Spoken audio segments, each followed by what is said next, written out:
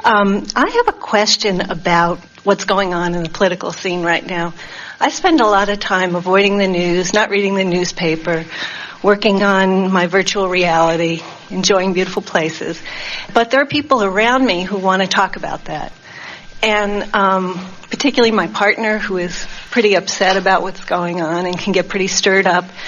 And my question is, could I have some suggestions on how to think about it? What you're saying is, there are these thoughts that I think, and when I think them, I feel bad. So could you show me how to think these thoughts that make me feel bad in a way that make me feel good? And we say, well, we wouldn't think about them. And you say, but people around me want me to think about them. So is it possible to think about bad feeling thoughts and feel good? And we say, well, that's really what we're talking about here in this path of least resistance. You can work things around in a way that you can find a way out of them. So throw some things up that your partner talks about or observes, or that you've been observing, that make you feel bad, and let us see if we can help you find a path of least resistance. You knew even before you came here that what Abraham usually says is, with all of the millions and billions and trillions, and Esther says cajillions of possible thoughts that you could choose, why take a bad feeling one and try to turn it into a good one? Why not just pick from among all of those something that makes you feel better? And we still really mean that. In other words, we would not torture ourselves with things that don't feel good. But at the same time, you live in a world where there are conditions around you, and you're going to constantly be faced with observing things, and there isn't anything wrong. In fact, there's everything good about finding a way to soothe yourself into a place of allowing things to flow. In other words, after all, you do live in a contrasting universe where you're wanting to choose thoughts and bring them into a place that they are serving and beneficial in nature. So maybe that's what we'll do here. So throw something out, and we will show you how we would find a path of least resistance within the thought. Well, when he speaks, he's upset about choices that are being made by the politicians in the country. He's upset about the possibility of war with Iraq. He is upset by almost everything President Bush says. And I have other friends that feel that way too. People send me emails. It shows up in my life. So pick any part of that, and let's find a path of least resistance. Okay, the possibility that doesn't seem to be anything that can turn this political administration from a war with Iraq. Before we do this, we want to say one thing, and that is, when you see yourself as in competition with another idea, in other words, you say, or your mate says, I don't think that we should go to war with Iraq. I don't think it's any of our business. And the other thought is, it is everything about our business and we should go to war.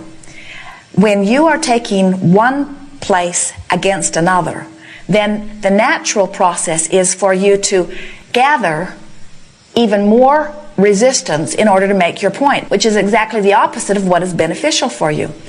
Quite often when we are visiting with friends and we want to show them the path of least resistance, they seem to be almost deliberately looking for a path of greater resistance. And it's not that they have a self-destructive nature, it is that they are so accustomed to finding their ground and holding their ground and defending their ground, that in order to defend their ground, they've just got to stir up a whole lot more resistance in order to justify where they stand. So it's natural to see that happening. And in fact, that's what you're seeing on the whole political scene. Everybody's sort of doing that. The good news is, it is not the order of the universe. The good news is that there's far more well-being than there is not well-being. So even when there are pockets, even big pockets, as major players as your government or your armies are, still the well-being is a stronger stream. And you can join the stream of less resistance, if you want to, more easily than you will join the stream of greater resistance. But it does take a decision. So having said that, the thought is, I really don't want to go to war with Iraq. And then the next thought is, but I have nothing to say about it. And then the next thought is, they're going to do it. And then the next thought is, babies are going to die. And then the next thought is, it's going to destabilize their country. And then the next thought is, it's going to stir up the rest of the Arab world. And then the next thought is, and so can you see how we were deliberately reaching for thoughts of greater and greater resistance, all in an effort to justify our decision and all in an effort to point out how right our decision is. But still, we are reaching for greater resistance. And you know it when you're paying attention on a feeling level, because you feel worse and worse and worse and worse. Jerry's words to Esther over something like that are, you're stirring yourself up, or don't get stirred up over that. And those are really good words, aren't they? In other words, you are deliberately stirring yourself up over that. So now let's take the other tack. Not trying to defend anything. Not trying to point out that I'm right and that George Bush is an idiot. Not trying to point out that they don't know what they're doing and that they're... Instead, just trying to find the path of least resistance for me right here, right now. So, which thought feels better? In other words, does it feel better to imagine war and imagine terrible atrocities, or does it feel better to imagine it dissipating quickly? Well, it feels better to imagine it dissipating quickly. But I don't have control. That's reaching for more resistance. I don't need control to imagine it dissipating quickly. Does it feel better to imagine it blowing up and dissipating quickly, or does it feel better to imagine it not escalating to that point at all? Well, it feels better to imagine it not escalating to that point at all. But I don't have control over that. Now I'm reaching for more resistance. That's not the question here. The question is, which thought feels better to me? Does it feel better to assume that my government has information and is telling me the truth? Or does it feel better to assume that my government is making it all up? Which feels better? And many would say, but there's evidence one way or the other. And we say, we're not asking which is true. We're asking which feels better to you. And you say, yes, but what good is that, Abraham? What good does it do just to soothe me? The war's either still going to happen or it isn't. And we say, never lose sight of the fact of how important it is for you to feel good. You're not going to change the course of human events necessarily, but you're going to change the course of your events.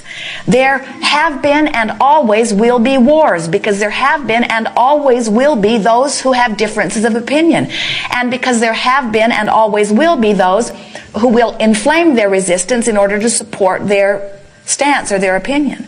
But that does not mean that you need to do that. As people are making themselves sick over things, do you help them out by making yourself sick over the same thing? You never say, I've been so well for so long, I think I'll be sick for a while so that sick people can be well. Because you don't think that their sickness or wellness is about your using it all up.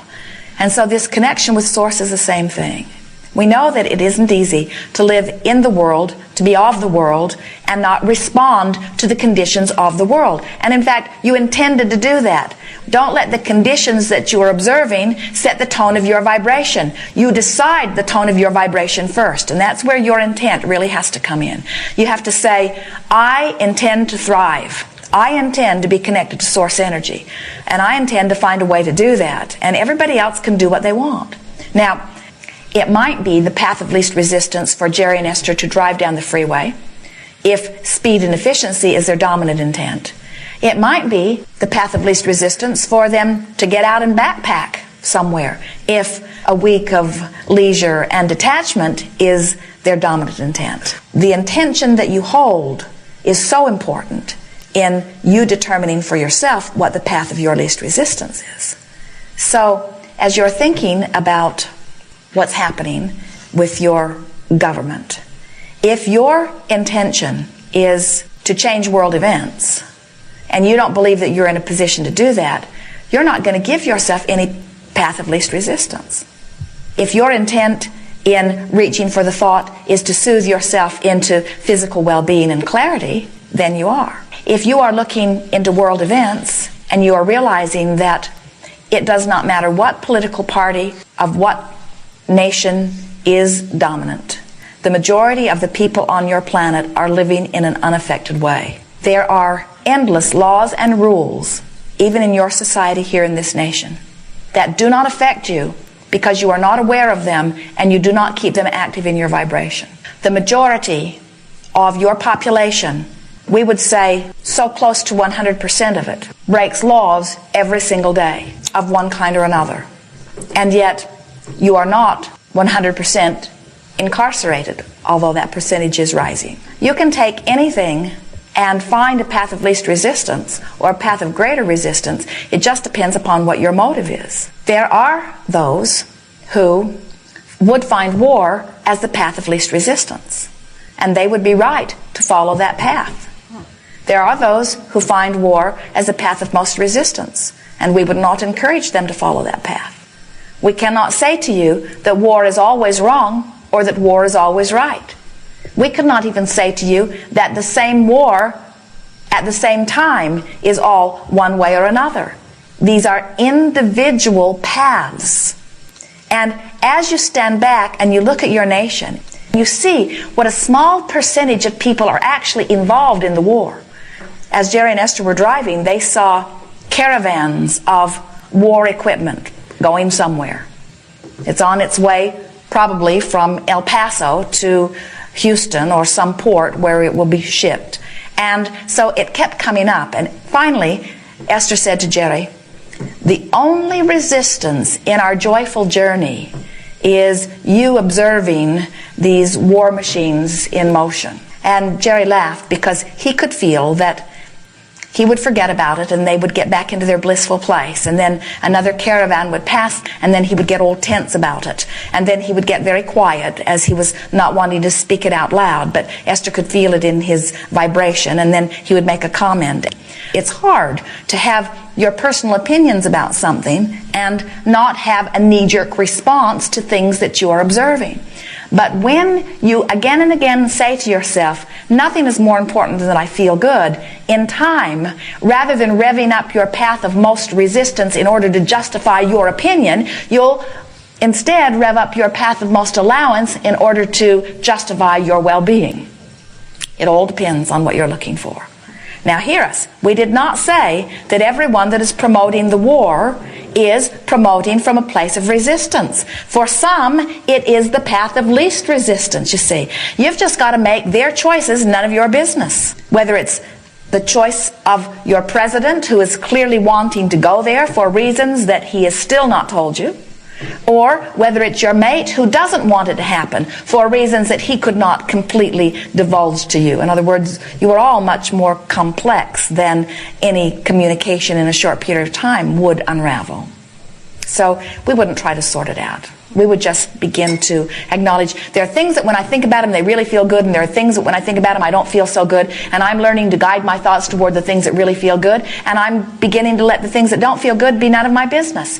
In exactly the same way that you do not go to a restaurant and demand the waiter to see everything in the kitchen before you eat there.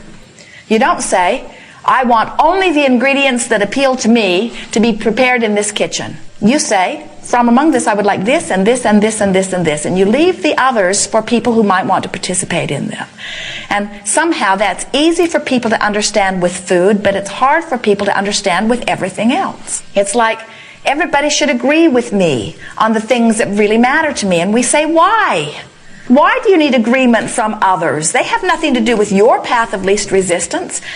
And you say, well, but I worry because if they are allowed their erroneous opinions and actions, then couldn't they get themselves and then me into a predicament where I would not be as well off as I am? In other words, couldn't they, in their path of most resistance, couldn't they, in their not practicing the art of allowing, couldn't they pinch off my well-being? And we say, not possible. Unless you join them in the thought and use what they're doing or what they're not doing as your excuse to not allow the energy to flow. We promise you, we want to find a way to say it. If you will mind your own business and feel good, you must thrive. It can be no other way. What do I do when I come home from work and greet my partner and he wants to talk about being upset about the war and what the president is doing and what's happening on the 5:30 news? Do I listen and try to uplift him? Do I go away? Now let's walk through this. Yeah. So walk away from him with your opinion that he shouldn't go there. Or stay and share some time with him. Which feels like the path of least resistance for you? Staying and sharing time. It really does, doesn't it? So now you've decided to stay and share some time with him, but he's really on a rant, and he's getting himself all stirred up, and you don't want him to. But walking away still feels like the wrong thing to do. And taking George Bush's side certainly is not the right thing to do. In other words, you can feel that that would not be the path of least resistance. So listening to what he has to say or trying to say what you think, what's the path of least resistance? Listening.